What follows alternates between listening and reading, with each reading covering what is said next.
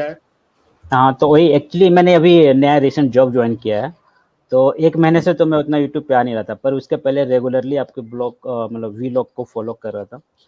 तो वो भी एक लगा कि चलो ठीक है, यहाँ पे ऑडियंस है, अच्छे ऑडियंस हैं आपके वाले, तो मैंने देखा, तो मैंने सोचा चलो कुछ शेयर करता हूँ मैं, इसलिए ज्वाइन किया। और एक दूसरी चीज़ थी कि यहाँ पे लोगों को एक चीज़ समझना होगा कि पैसे कमाना तो ठीक है, पैसे तो सबको चाहिए, किसको नहीं चाहिए, बट उसके पहले स्किल्स होना ज़रूरी है। जैसे अभी मैंने आपको बताया ना कि मैं ब्लॉगिंग करता हूँ, यूट्यूब में कुछ दिन समय के लिए था, फिर मैंने नहीं किया, और सोशल मीडिया वगैरह में जैसे लिंक्डइन वगैरह पे मैं एक्टिव रहता हूँ, लोगों को क्वेश्चन आते हैं तो ऐसे-वैसे करता हूँ वहाँ पे। तो मैं इन जगहों से मुझे उतने पैसे नहीं आते हैं, लेकिन मुझे फिर भी पैसे आ जाते हैं, मतलब जॉब के अलावा। जैसे बहुतों को मैंने देखा है कि अगर 4-5 लाख रुपए भी अगर साल के आ जाएँ, इट्स इट्स जनरल, अगर फ्रेशर्स है या कुछ भी है, तो they are coming on the social media and making a hype कि ये चीज़ कर लो, इससे पैसे आ जाएँगे, इस चीज़ कर लो, पैसे आ जाएँगे। तो बहुत से लोगों को करते देखा है। पर मैं आपको बताऊँ कि जैसे लास्ट ईयर 2023-2024 का जो ईयर है, उसमें मैंने करीब-करीब 9 से 10 लाख रुपए बनाया, विदाउट ब्लॉगिंग एंड ऑल। तो कैसे बनाए? क्योंकि अगर आप देखोगे तो ट्यूटोरियल्स पॉइंट जो इंडिया का एक अच्छा वेबसाइट है, अभी थोड़ा ट्रैफिक डाउन हो रहा है उसका, उस पे मैंने अराउंड थाउजेंड्स ऑफ आर्टिकल्स लिखे हैं। अच्छा। हाँ, मेरे नाम से आप सर्च करोगे सतीश कुमार के नाम से, तो वो आएँगे, 1000 समथिंग है, और उनका प्रोजेक्ट अभी भी मेरे साथ चल रहा है। मैं अभी भी उनके लिए कुछ ना कुछ अब स्पेसिफिक आर्टिकल्स वगैरह या फिर कहो तो ट्यूटोरियल्स लिख रहा हूँ मैं। तो यार वही है, मतलब कि स्किल अगर डेवलप करोगे ना, मुझे लिंक्डइन पे लोग कॉन्टैक्ट करते हैं, क्या आप मेरे लिए ये कर सकते हो? इन द सेंस कि कुछ वेबसाइट्स थी, मैं नाम नहीं लूँगा, मतलब लेकिन वो बाहर की वेबसाइट है, इंडिया में उन्होंने लॉकडाउन के थ्रू स्टार्ट किया था। It's like a furniture kind of, एक फिगर लाइट टाइप से होता है ना, उस टाइप के लेवल के थे। उन्होंने मुझे अप्रोच किया थी कि आप मेरे वेबसाइट का सर्वर मैनेज कर दो, इन द सेंस कि स्पीड कम नहीं हो और टेक्निकल एसईओ हो गया जैसे, बट वो स्पीड स्लो ना हो और कुछ भी स्पेसिफिक इशू आ जाए, सर्वर मॉनिटरिंग कर दो, ये कर दो, तो उसके लिए भी पैसे दे रहे हैं लोग। तो यार मतलब बाकी ऑडियंस से मैं ये कहना चाहता हूँ कि पहले कुछ स्किल सेट कर लो, और उसके बाद फिर वो लोग आपको कांटेक्ट करेंगे, they know issue in the money, money तो आप मेक कर लोगे। जैसे आपने आपने आपने हमेशा बताया कि ब्लॉगिंग तो आपने किया है, राइट, बट उससे ज़्यादा आपने टूल वेबसाइट पे काम किया है, राइट। तो टूल वाले वेबसाइट के लिए एक स्किल सेट चाहिए होता है आज की डेट में। जैसे मैंने भी 2-3 क्यूरी डाले थे चैट जीपीटी को, वो लिख के देता है, प्रोग्राम अच्छा लिख के देता है, लेकिन जब तक उसमें अपना टच डाल करके उसका एक फ्लेवर चेंज नहीं करोगे, तब तक वो पेज पे अट्रैक्शन नहीं आता है लोगों का, राइट। तो उस टाइप से है चीज़ें। तो लोगों को ये समझने की ज़रूरत है कि ओवरनाइट तो मनी नहीं बनेगा, बट अगर बनाना है, अभी भी मैं ब्लॉगिंग पे काम कर रहा हूँ, धीरे-धीरे ग्रो कर रहा है, चलेगा वो। बट या सेम थिंग कि मैं ब्रांड बनाना चाहता हूँ, और मेरा ब्लॉग एजुकेशन सेक्टर में ही रहता है, क्योंकि मुझे एजुकेशन में मज़ा आता है, और मेरा वो भी एक्सपर्टाइज़ भी है अगर देखा जाए तो। तो लोगों से मैं तो यही चाहूँगा कि लोग अपने आप को पहले पहचानें, कुछ डेवलप करें, और फिर तो मार्केट आपका है, चाहे वो इंटरनेट रहे या ना रहे या कुछ भी रहे, लोग आपको अलग से अप्रोच करेंगे। मतलब लिंक्डइन में अगर ये मैं भी बताऊँ, अभी भी बहुत अप्रोच आते हैं मुझे। देखिए क्या है ना, ये आपने बहुत बढ़िया चीज बताई कि देखिए आपकी एक्सपर्टीज है एक डोमेन के ऊपर, आपने एक बड़े वेबसाइट के लिए, भाई ट्यूटोरियल पॉइंट एक बहुत बड़ा नाम है, उनका इंस्टीट्यूट वगैरह भी चलता है, उनके लिए भाई आपने आर्टिकल लिखे, तो वहां पर जो ऑडियंस आई, और वहां से ही आपने उनके ही शायद आर्टिकल वगैरह में आपका लिंक्डइन वगैरह का प्रोफाइल वगैरह भी अटैच वगैरह रहता होगा, वहीं से ही तो शायद ऑडियंस पहुंचती होगी। नहीं, अभी टच नहीं आइडिया किया उन्होंने, मतलब कि डाला है, पर शायद मेरा प्रोफाइल उनके पास नहीं था, या फिर जो था वो शुरुआत में नहीं डाला। अभी फिर से प्रोजेक्ट में तो शायद वो डालेंगे, लेकिन मेरा उसके पहले भी है, जैसे कि एक वल्टर करके ना, वल्टर डिजिटल ओशन की तरह एक वेबसाइट है वल्टर, वो भी है वॉल्टर, उसकी। हाँ। वहाँ पे भी मैंने आर्टिकल लिख रखा है। डीजॉन एक वेबसाइट है जहाँ पे टेक्निकल आर्टिकल लिखते हैं, तो वहाँ पे भी लिख रखा है। तो मेरा क्या था कि जब मैं ब्लॉगिंग स्टार्ट कर रहा था 2008-9 में, मतलब शुरुआत में जब मैं हिंदी इंग्लिश सब लिखता था उस वक्त, जब मैं एमसीए कर रहा था 2008 में, तो स्टार्ट किया था ब्लॉगिंग। तो मेरा उस वक्त ही एक गोल था कि यार ब्लॉगिंग मतलब is you are going to be contribute some content, कुछ कंटेंट में कंट्रीब्यूट कर रहा हूँ इंटरनेट पे जो लोग पढ़ेंगे। तो बहुत सारे लोगों से मैंने फीडबैक लिया कि क्या ऐसा होता है और कितना होता है, क्योंकि उस वक्त तो बहुत नया था मेरे लिए। सिर्फ जहाँ भी देखो तो इंटरव्यू सिर्फ अमित अग्रवाल जी का ही रहता था। तो लोगों ने बोला कि नहीं लोग पढ़ेंगे, बट डिपेंड करता है कि उस वक़्त ब्रांड का बड़ा फ़ैशन था, इंटरनेट पे लोग बिलीव नहीं करते थे ज़्यादा।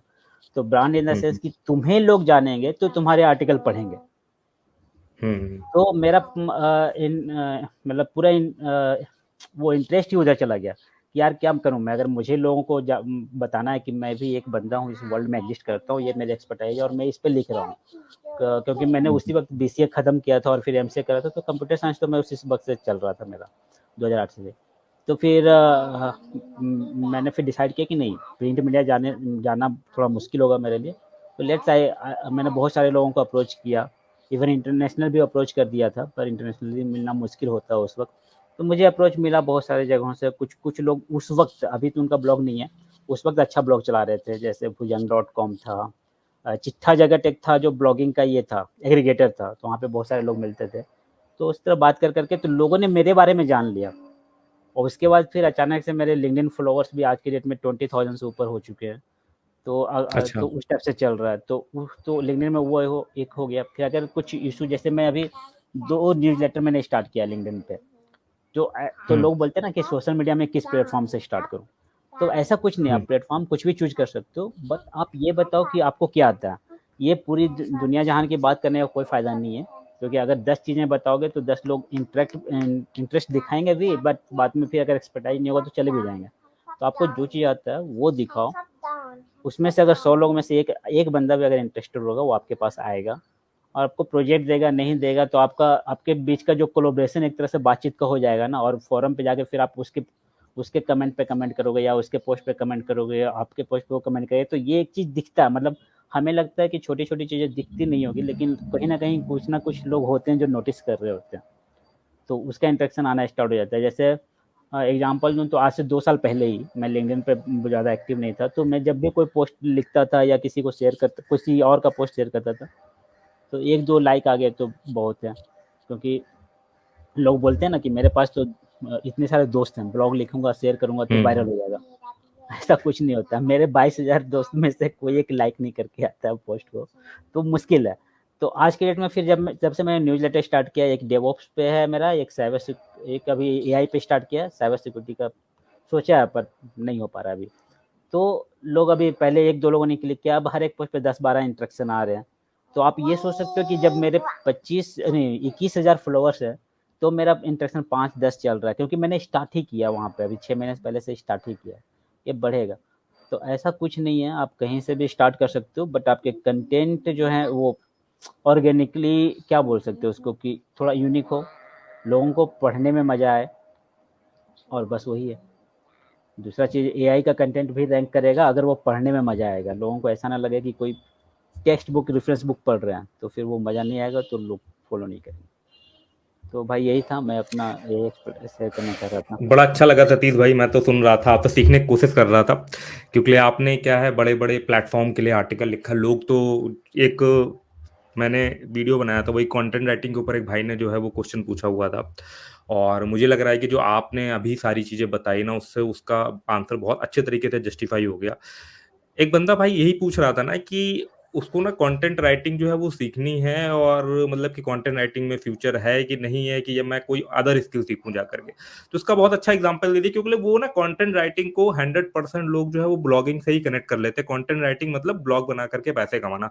बट आपने इसका एक दूसरा बिल्कुल साइड बताया, जो कि मैंने उसमें भी वीडियो में मेंशन करा था कि क्यों नहीं डालेंगे, क्योंकि आप ज़रूरी नहीं है ब्लॉग बनाओ, आप किसी बड़े प्लेटफ़ॉर्म के लिए जो भी आपकी एक्सपर्टीज़ है, वो बड़े प्लेटफ़ॉर्म पे आप कुछ कंटेंट डाल रहे हो।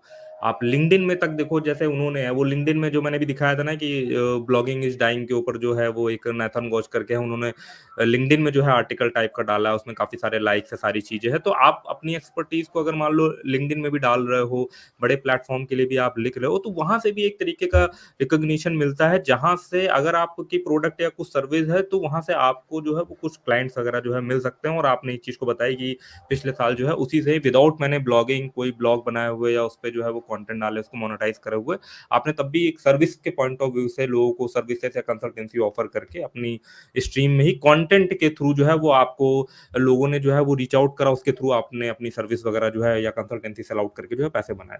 यही कॉन्सेप्ट तो था? या करेक्ट, ये कंसेप्ट था। और एक चीज़ और ऐड करूँगा, जो कंटेंट राइटिंग में जो लोग फ्यूचर्स अपना देख रहे हैं ना कंटेंट राइटिंग करने के हुँ, लिए, तो उनका एक इंटेंशन, मैंने बहुत सारे लोगों से बात किया जो जिनके थ्रू मैंने लास्ट कंपनी में कंटेंट लिखवाया था अपने कंपनी के लिए। तो लोगों ने ये देख रखा है कि कंटेंट राइटिंग का मतलब, जैसे अगर एक सिंपल सा आर्टिकल दे दो लिखने के लिए कि top 10 AI tool for the blogging, suppose that. Hmm, तो उनका कंटेंट हुँ, हुँ, राइटर का क्या फंडा होता है कि जाकर के वो पहले गूगल पे सर्च करेंगे, एक इंडिया इंडिया का से सर्च करेंगे, फिर वीपीएन लगा करके यूएस से सर्च करेंगे। टॉप के जो 10-10 वेबसाइट आएँगे उनका कंटेंट उठाएँगे वो, और वो देखेंगे मेन हेडिंग क्या है, कहाँ-कहाँ पे हो रहा है और किसमें क्यों ट्रैफिक आ रहा है, कौन-कौन से कीवर्ड पे रैंक कर रहा है। उसके हिसाब से उसी के अराउंड वो कंटेंट कॉपी पेस्ट कर देते हैं। Right. Copy paste hmm, in the hmm, sense कि हुँ, वो अपने लैंग्वेज में भी लिख सकते हैं, that not a fine, but अपना लैंग्वेज भी हुँ, वही होता है। बट अगर एक किस्सा याद आ रहा है, जैसे एक टीवीएफ वालों का एक पहला जो मूवी ये बनाया था, फीचर्स का जो था पहला पार्ट था, उसमें वो डायलॉग था ना कि मान लो कि क्लाइंट तुम्हारा गर्लफ्रेंड है तो तुम उसको कैसे अप्रोच करोगे? हुँ, तो हुँ, जस्ट हुँ, हुँ, मज़ाक की तरह था कि नस काट लूँगा, ये कर लूँगा, वो कर लूँगा। हुँ, तो hmm, that is actually content writing, कि आपके पास एक स्टोरी है और वो स्टोरी एक आदमी ने लिखा है। देन नो प्रॉब्लम, उसकी हुँ, वो उसका पॉइंट ऑफ व्यू था, उसका इमेजिनेशन पावर था, उसने अपना एक स्टोरी लिखा। पर उस स्टोरी का जो सारांश है, हिंदी में कह सकते हैं, या फिर उसका समराइज़ जो है, वो जो इससे उससे जो शिक्षा मिलती है, बचपन में दिखाते हैं ना कि इस स्टोरी से हमें ये शिक्षा मिलती है। उस शिक्षा को देने के लिए आपके अंदर कोई अलग स्टोरी है क्या? अगर वो स्टोरी आपके अंदर है और आप लिख रहे हो, तो that is called the content writing. Not like कि hmm, hmm, copyright and all, this is not, it's Google को 100 पेज दिखाने हैं, तो वो आपका भी दिखा देगा, but it's not the content writing. तो वो एक प्रॉब्लम है, लोगों को ये समझने की ज़रूरत है। और कंटेंट राइटिंग सीखने की ज़रूरत नहीं होती। कंटेंट राइटिंग आप पढ़ते रहो, जितना ज़्यादा पढ़ोगे ब्लॉगिंग, नॉवेल्स, बुक्स जितना ज़्यादा पढ़ोगे वो अपने आप आ जाएगा। पर लिखोगे क्या? उसके लिए आपके पास एक स्किल होना चाहिए। या तो आप कंप्यूटर साइंस, जैसे मैं कंप्यूटर साइंस पढ़ा हूँ तो मैं उसमें लिखता हूँ। कोई बंदा अगर हिस्ट्री भी लिख पढ़ा है ना, तो हिस्ट्री की कहानियों को अलग अंदाज में वो दिखा सकता है। तो वो चीज़ है कि कंटेंट राइटिंग में भी फ्यूचर अगर आपको बनाना है, तो आपको जिस सेक्टर में, अगर आप कंटेंट राइटर हो तो इसका ये मतलब नहीं होता कि आप सेल्स प्रोडक्ट के लिए लिख सकते हो। आप एप्लीकेशंस के लिए भी लिख सकते हो, जो अभी एंटरप्राइज़ एप्लीकेशन होते हैं, या फिर आप हेल्थ नीड्स के लिए लिख सकते हो, नहीं लिख सकते सब चीज़ के लिए। तो आपका एक्सपर्टाइज़, स्किल तो बढ़ाना होगा। उसके बाद फिर आप कुछ भी करो, कंटेंट राइटिंग करो, यूट्यूब करो, सब